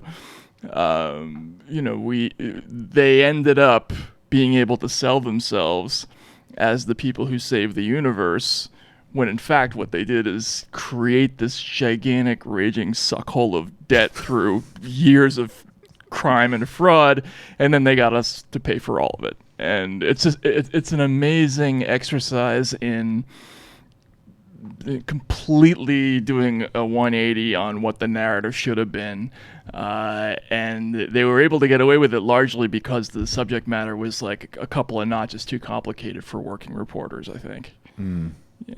And so and then specifically, like, how did characters, like, how does Ben Bernanke get to be like, I'm the, crusty, serious academic with a heart of gold? And how does James Diamond, to this day, they love the guy. I'm an oracle Or, Hank Paulson. I even remember every single profile I ever read of Hank Paulson said more about the fact that he was like a Seventh-day Adventist. Right. It was always like, Hank Paulson. A man of profound faith. Right. Yeah. He can't take an Advil right now. Boy, does he want one. Anyways, he's going to take all your money and go fuck yourself. And then other weird stuff that they thought was humanizing, like Hank Paulson was so competitive in college that he and his friends would puke during ping pong tournaments. Oh, my God. That's fucking weird. That's not normal. Like, you're not supposed to puke at a pickup basketball game, dude. Like, it's not healthy human behavior. You're not Bill Russell, actually. Right, yeah.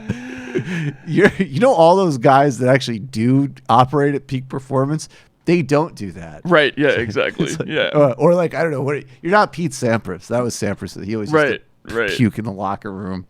Yeah. That was so annoying as like a Agassi fan. It would always be like, Sampras is too ill to play. You'd be like, oh, fuck.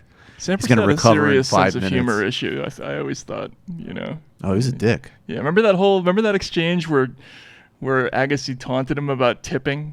Yes.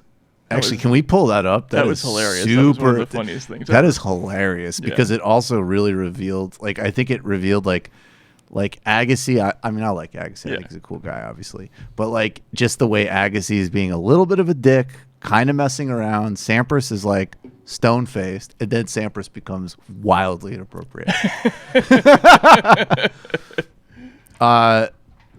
I think this is... No. Yeah, it is. It is. You got to go forward. You got to go forward a bit. You got to go forward to the actual... Oh, yeah, right in the beginning. This is it.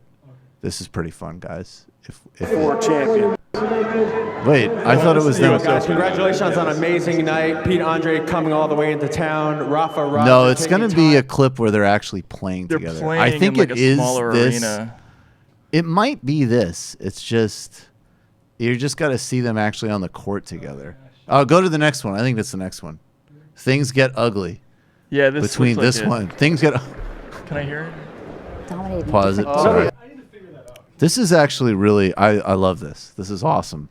This is by the way, this is also the way people can digest the financial crisis, with lots of entertainment interspersed. Okay, yeah, let's watch this for a second, then we'll get back to these characters. Of Sampras and dominating different doubles thing. His forehand is so much more flat than someone like Rafa's. This is going to be so awkward when it happens. Hope it happens soon, though. No, it's coming. It's coming. It's pretty close. It's not bad tennis. Look at that. Rafa is beautiful.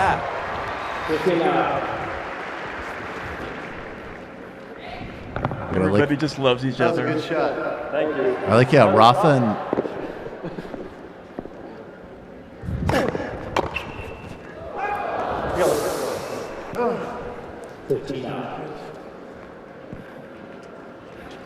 Agassi. You can already tell Agassi's face. Or did we miss it? It's like so important for me.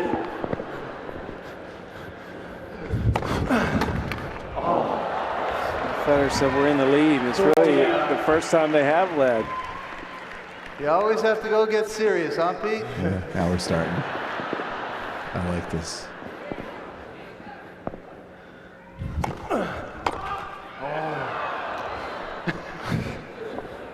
I meant to miss that. No. I know. Oh yeah, we should. All right, yeah, speed it. Go forward. Well, we got 3 minutes of it. Oh, we got 3 minutes of it. 3 minutes left. It's getting there. All right. Okay. Oh yeah, right here. Ah. All right. Now Sampras is doing an impersonation of Agassi. No I should say, pause it.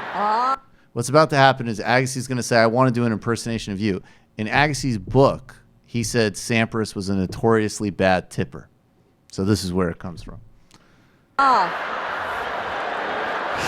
Not a bad Agassi impression by Sampras. Say something. Say it. I'm waiting. I want to impersonate you. Okay, go ahead. I don't have any money. I But by tipping? Okay. No, wait. I got $1. Oh, look at Sampras getting. That's how you want to play, huh? It's all fun and games till somebody gets hurt, huh? All right. There, the sense of humor's gone right there. Gone. Look at him, he can't help guy. himself. This guy. This rivalry is intense, man. I mean, Rafa, start. You know. Federer trying to break Do the something. tension. Yeah, the Europeans just can't play this. And then he tries to beat him. Yo. That's so good. Oh, yes. But Yeah. Sampras would, like, they would say, like, he's sick in the locker room, and then he'd, like, come out and play amazing tennis. Right. Yeah, which is more interesting in a pro athlete, less interesting in a gazillionaire chief of Goldman Sachs, I guess. Less interesting than some asshole who worked at Goldman and is now some asshole of the Bush administration. Right, yeah, exactly. Right. Like, how do you perform with that kind of illness at, like, the peak of human existence versus, like, you get your assistant to get you tea, and then you melt down the global economy. Yeah, no, it's the myth making that surrounds these guys is unbelievable. I mean, when Jamie Dimon gets a bonus in the same year that Chase paid out $20 billion in regulatory funds, which is like $1 out of every $3 they netted, right? And but all you saw on TV everywhere was this guy is he's the smartest guy on the street. I mean, nobody could do the same job that he's doing. How did that one get started? How did that one get smartest started? guy on the street? Yeah, like, how did that get started? Well, that's one paradox I've been thinking of. Yeah. Is we hear about too big to fail, and it's like these giant sort of banking behemoths, and then the whole thing is about these asshole personalities that actually get to make the decisions. So it's not like some impersonal corporation; it's just an asshole. Yeah. Well, right, yeah. I mean, you should actually. That's very memeable, Matt. It's not some giant impersonal corporation. It's just an asshole. It's not bad. Yeah, no, I mean, Jamie Dimon was the first guy to get really lucky, basically, because what happened was the first of all these companies were basically financing the creation of all these crap mortgage loans, right? If you remember back then, anybody could get a mortgage, right? Right. And a huge percentage of them were going to go bust in like 10 seconds. And a lot of the banks were playing this game where they would try to squeeze as much value out of them as they could before unloading them on some other sucker.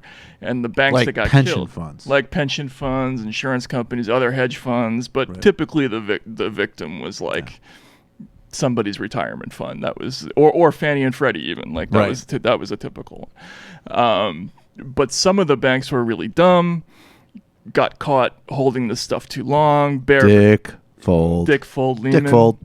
But Bear was first. Bear people forget this. Bear died in March, and there was another meeting to which Dick Fold was disinvited at the Fed, where nobody's ever really clear what happened at that meeting. But what we do know is that the moment everybody left that meeting, everybody massively shorted Bear Stearns, and the company died. And then Jamie Dimon was allowed to go buy the bank, basically with huge backstopping from the Fed for pennies in the dollar.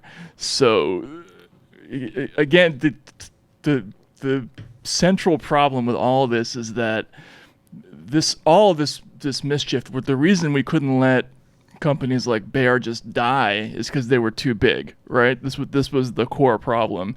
And everybody knew this. The guys at the Fed, Timothy Geithner, who was running the New York Fed at the time, knew this. Bernanke knew this.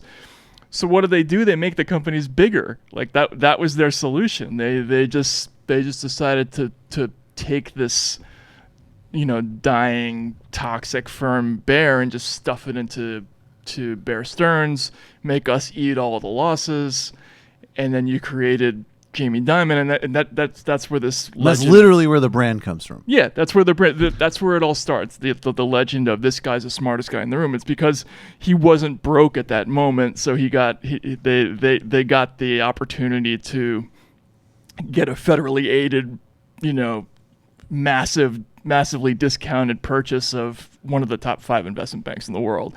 And then they repeated the same process, with Washington Mutual, after the crash. And that's where you get this legend of, these guys are so smart. It doesn't matter that we gave them $25 billion to buy these properties, but they're smart nonetheless. Or in a way, is it like, yeah, they are smart for like gaming the system, which is the point. Yeah, right. Absolutely. Like we want to be honest about what we're talking about with intelligence. Sure. Like, okay. Yeah. Like if Andrew Ross Sorkin rewrote Goodfellas, it would be like De Niro was a fucking genius because like he robbed an airport and then he killed everybody. He actually liked to steal. He liked to steal. He told her not to buy it for a coat, him not to buy a caddy. Got rid of them, recoup the losses. It's a genius. The same amount of blueberries in every muffin. Don't do anything fucking flashy. It's the Jamie Dimon of Goodfellas.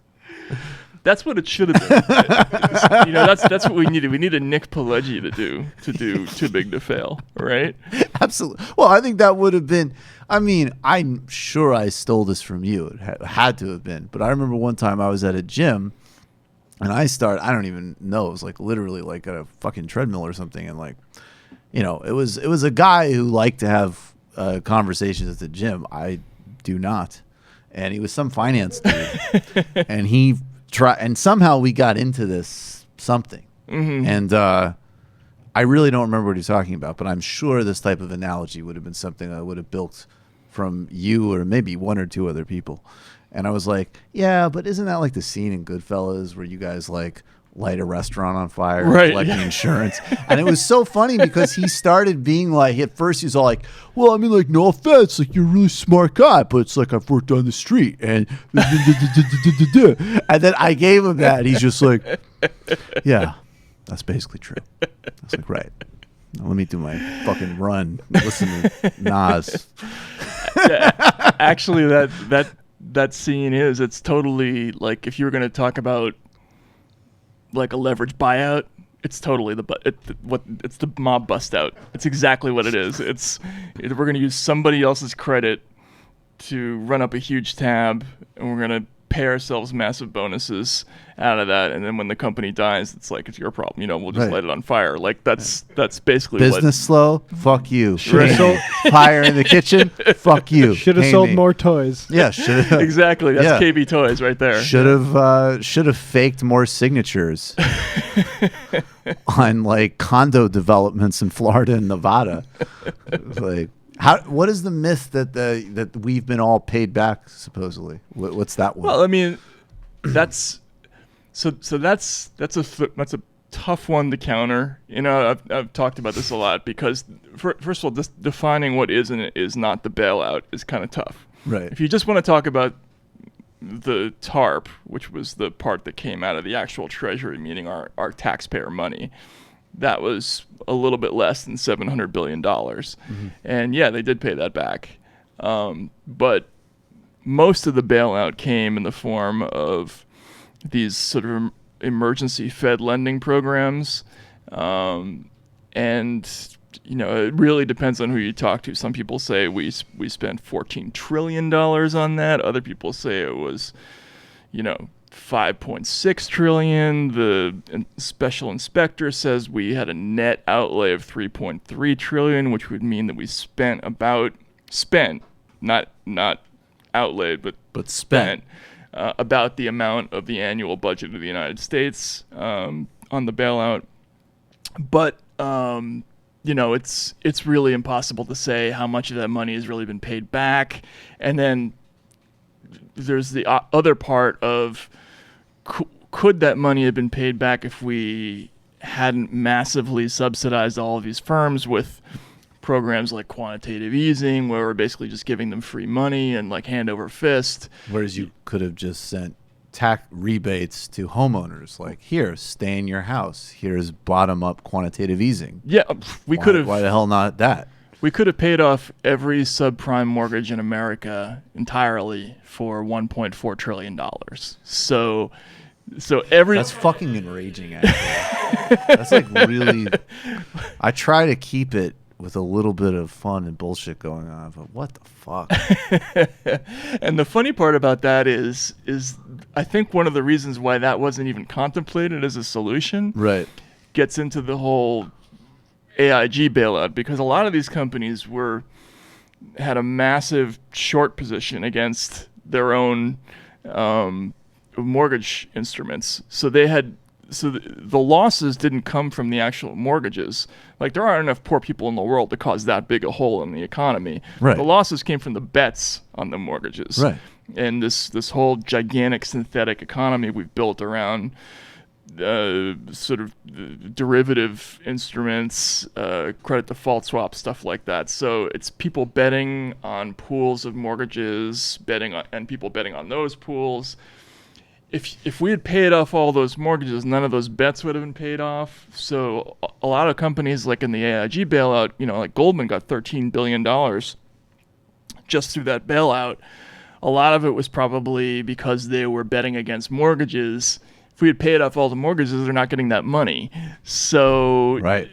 So and that's another part of this whole story, that if you really want to dig down into like what's infuriating about it, like, we didn't just bail out the companies. We bailed out their most socially useless activities, like betting against their own products and stuff like that. Right, of course, naturally. That's the most innovative area. And that's like $174 billion, on the AIG bailout was almost entirely that. No. And they couldn't even do, it's so funny because like the bonus thing is so structurally unimportant, but right. They couldn't even just symbolically say, in exchange for melting everything down, having all of your criminal enterprises be subsidized for us into eternity, and then rewriting the rules of the economy to actually further re-entrench all of the bad trends from financial concentration to broad income inequality. We're going to cap your bonuses for a year or two, just even for the sake of like a couple Optics. Of dumb campaign ads. Right. Right. And then Geithner was just like, no. Fuck that. Sanctity of contracts. They actually rolled that one out. That was amazing. I remember that. Is that like before you explain that, is that like the financial version of the Supreme Court in 2002 being like, that would violate George Bush's civil rights? Exactly. And that is the 14th Amendment, which we take super seriously. Yeah, that's right. Very one instance. Yes, that law was passed, for slaves, and but we're going to apply it to George Bush in this case. Yeah, right. Which, by the way, fuck that. We'll get back to that. With regards to voting and fucking lead in the water, we've got problems, but it's totally not cool to count a vote where some old Jew voted, because that would be unfair to George Bush. A massive civil rights violation by the repeat civil rights victim, George W. Bush.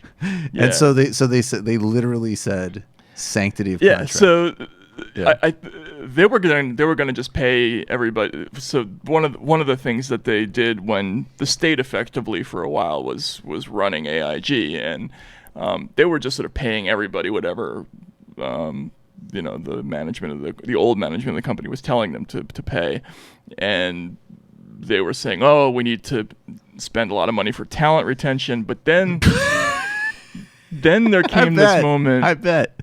Yeah, and that was ridiculous too, because literally 90% of the people that they were spending all these bonuses on, if they had lost their jobs at AIG, would have been unemployed forever, right? They would have taken any haircut, but the only time that anybody even thought about raising an alarm was when it came time to pay out the $450 million for the tiny London-based AIG financial products unit, which had essentially blown up the universe. They were like patient zero of the crisis, because they had all these bets against mortgages. They were basically the bookie of Wall Street, and they took like $500 billion worth of action. And unlike the rest of the company, which is an insurance company. Like, you can't write insurance policies without having assets, right?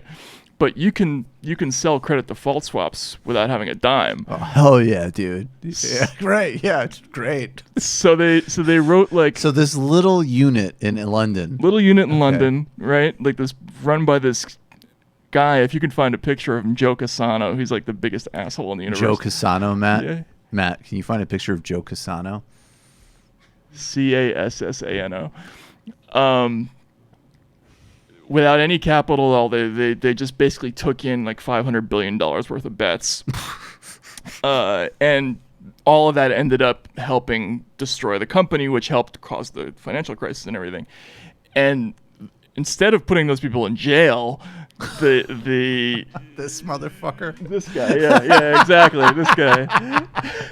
I was actually sitting right behind him during that. He really does have the effect that you advertised. So he made something like $280 million over 7 years. Didn't have to pay any of it back. Of course.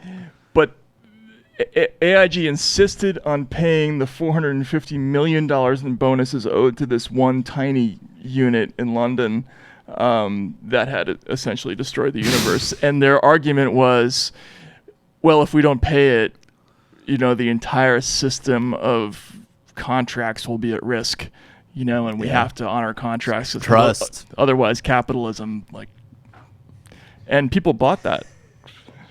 Like, that actually happened. That goes back to Chomsky. Right, yeah. That's manufacturing consent. Totally. I mean, Jesus fucking Christ. Yeah, people should have been running through Congress with an axe during people who made billions of dollars off of intentionally fraudulent housing contracts, right? Of which they paid and worked with like scumbag shyster companies to lie to and exploit the most vulnerable people in the country who just wanted a shot at housing their families. Right. Then they unloaded their assets on, the firemen's union first, and then us. And then it's like, wait a second. Yeah, we can't. If we don't pay that guy, and then on top of it, it's that guy. I don't know, man. I can't. What more do you need to vote for Bernie Sanders? Jesus Christ! It's incredible too. Andrew. At the very least, vote for Bernie Sanders. A lot of other things that I shouldn't advocate for in public setting. Bernie was one of the few people who was like, wait, what? And that was one of the reasons I started to really pay attention to him, actually, because there were lots of people in Congress who actually saw this transaction and didn't freak out. They were like, okay, we'll pay it, whatever. What is it? There was a phrase it was cognitive capture, right? It was like, some of it is not just corruption in the donation sense. It's like that Tony Blair line. I always use it because it summarizes so much. There was Tony Blair gave, I don't know what year, I just remember he was giving some Labor Party speech, and he was defending all of his just moves to the right that pissed off all of his people. And there was always it was like, is he doing this to please Murdoch? Is he doing this because, what's the strategy? And he ticked off all of those reasons. He's like, it's even worse. I actually believe this stuff. Which is a good line. But it's like, yeah, right. These fucking people actually believe this stuff.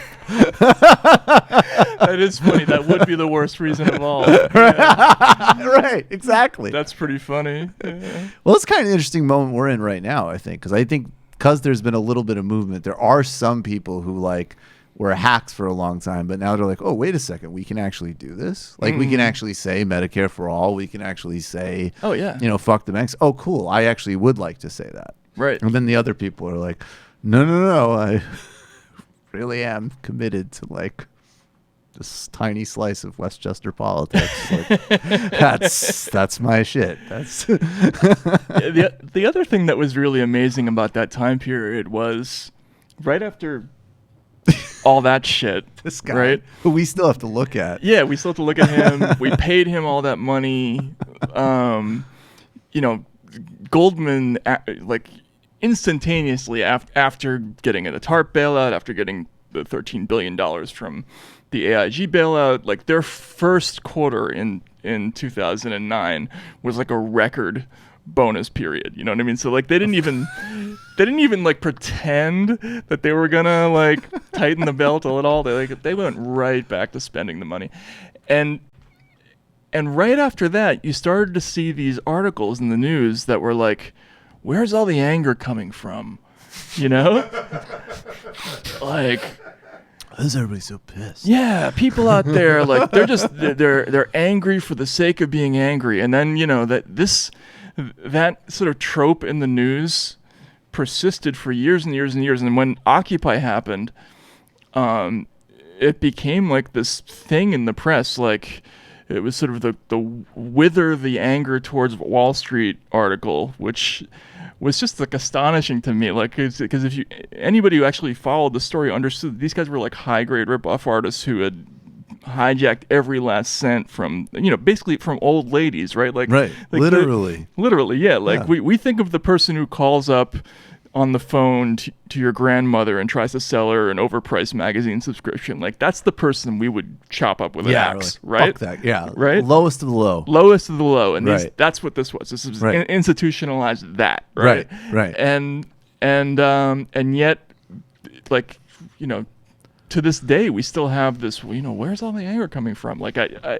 that part of it was really mystifying to me. I just did Andrew Warren Sorkin have any choice moments during Occupy? God, well, he went down. If I remember correctly, Sorkin actually did go to Occupy, and then he went back and sort of reassured the banking leaders that the pitchforks weren't coming imminently. Like there was some kind of exchange like that where he reported back to them that it's okay. He's like, it's all right. Wait, because that's the other funny thing is it's almost like it seems that that people in finance, maybe because they're aware of how much just rampant criminality and immorality they're getting away with, they actually take the backlashes more seriously. Of course, right? Like mainstream pundits, like it's bullshit, and they're like, oh my god, yeah. If people get how much we are fucking robbing them. Yeah, they all bought guns. Remember that? There was that whole period where they're all arming themselves. Yes. They should have too. Right. Yeah. Right. The thing is how I'm always referencing, but you even see it like in Brazil. Like, it's like you see the financial press today, like when Lula was president, there was and of course it was because of a commodities boom partially, but like the economy was expanding in this massive way in Brazil. And all he did was, he had redistributive policies and lifted people out of poverty. But there was no, he was a super win-win president. And there's still, financial markets are jittery at the prospect. Yeah. And it's like, honestly, even by your own metric, why? Right. And now they're pivoting to support, an overt fascist because the kind of mainstream austerity candidate isn't going to win.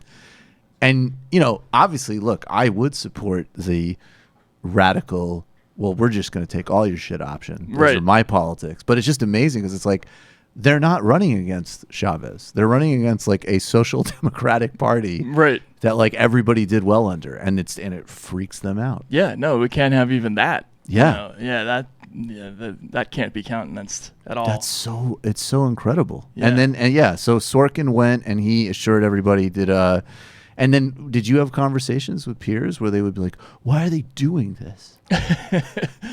Why are they occupying Wall Street? And why are they snapping their fingers? I think one of the funny things that the interesting thing for me is that most of my sources actually ended up being Wall Street people, because and a lot of the criticism that I got from sort of the financial press was, he's taking this sort of socialist critique of the banks and doesn't understand finance and all that stuff. Actually, no, 100%. I knew nothing about this topic before I started on it. It was all coming from mid to smaller sized hedge funds and banks who were pissed off that these companies had been dumb and should have failed, and didn't, right? And now we're being subsidized, and the government was picking winners and all that. And it was essentially a capitalist critique of what had happened, right? Right. And so most of the people I was talking to were like, yeah, fuck those people. Like, just don't get them confused with us. You know what I mean? Like, I think there was a lot of that sentiment back then. Is that I actually really like that, because the mid-sized bank guys were like, don't confuse him with us. And then some like fucking Fox viewing asshole who, and the judgment is not in the earnings, but in the context, who's making like 50 a year watching Hannity is like, get your hands off of the market. Right. Exactly. All right. So we're going to keep going. We're going to go to the post game. And we've got a special Gulag edition, because Matt and I are finally going to work our way through this Thomas Friedman classic. Oh my God. And that is going to take up the bulk of the post game, to be honest. We have we've got some Ben Shapiro sound. We've got a few other things we've got to get to. And I just want to say, as I said, 2,000 patrons in our sites. Patreon.com/TMBS. Patreon.com/TMBS. Thanks so much to Alberto Almeida for joining us tonight. Thank you to Matt Taibbi. Thanks for sticking around. Thank you. And thanks to super producer Matt Leck, chief economist David Griscom, super producer David Slavic, and each and every one of you. We will be back in a bit for the post game.